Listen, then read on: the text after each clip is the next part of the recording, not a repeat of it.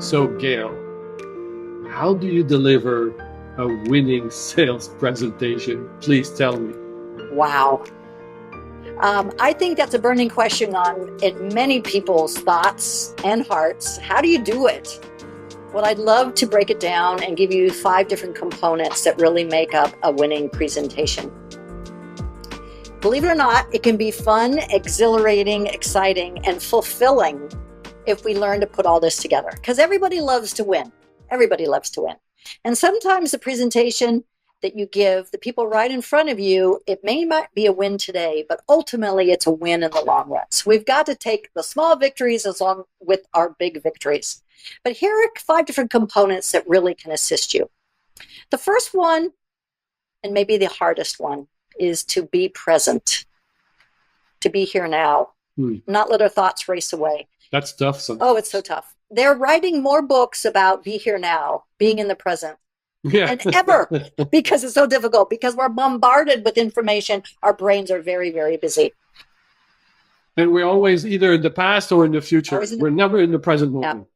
We're always trying to figure out what's next. So a very simple tool is to breathe and pay attention to your breath.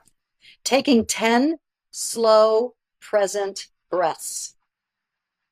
And what I say when I do it is all is well. Makes sense. Calms the heart. I feel good. I feel better already. All is well. Be present. So that's really important. Then you can step into knowing your audience. So hopefully you've done research.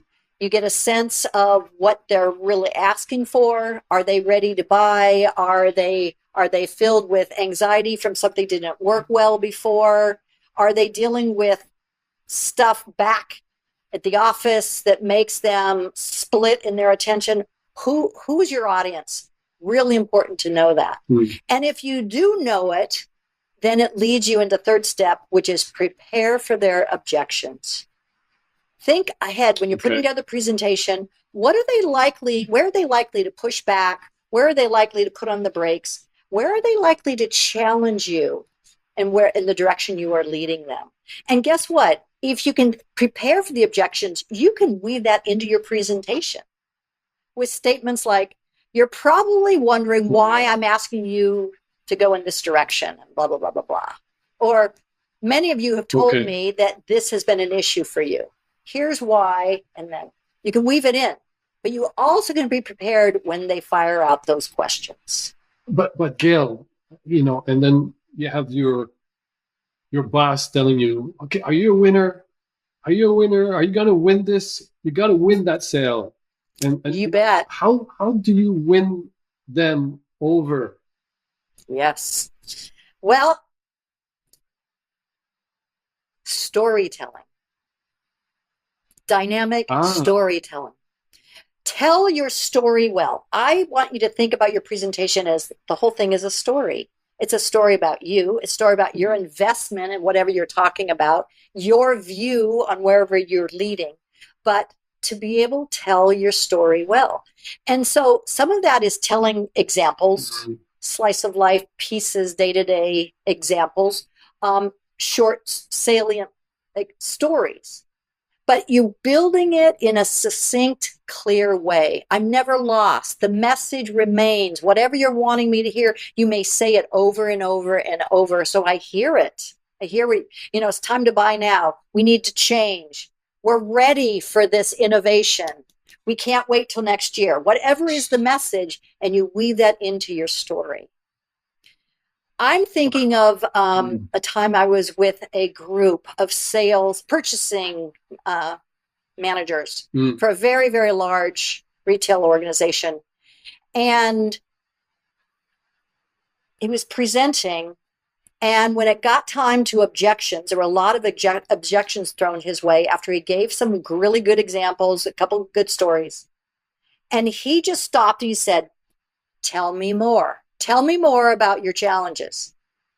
They fired I think he let it go on for 5 minutes. They fired away, venting all of what wasn't working. And every time afterwards, he would go, tell me more, tell me more, tell me more.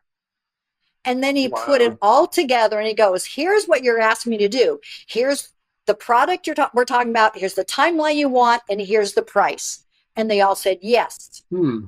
And he said, That was kind of him telling the gathering. It was story him around telling those the story. objections. He gathered it all together and Wow. he said, well, That's brilliant.